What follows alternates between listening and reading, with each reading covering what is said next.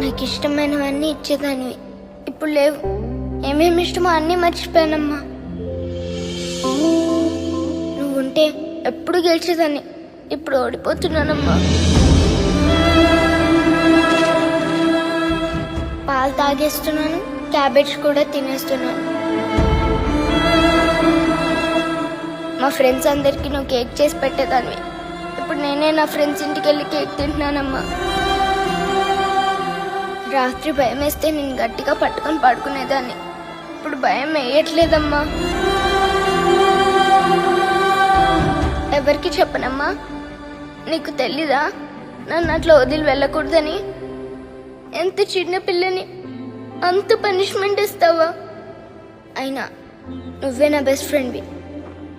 My mother is my best friend.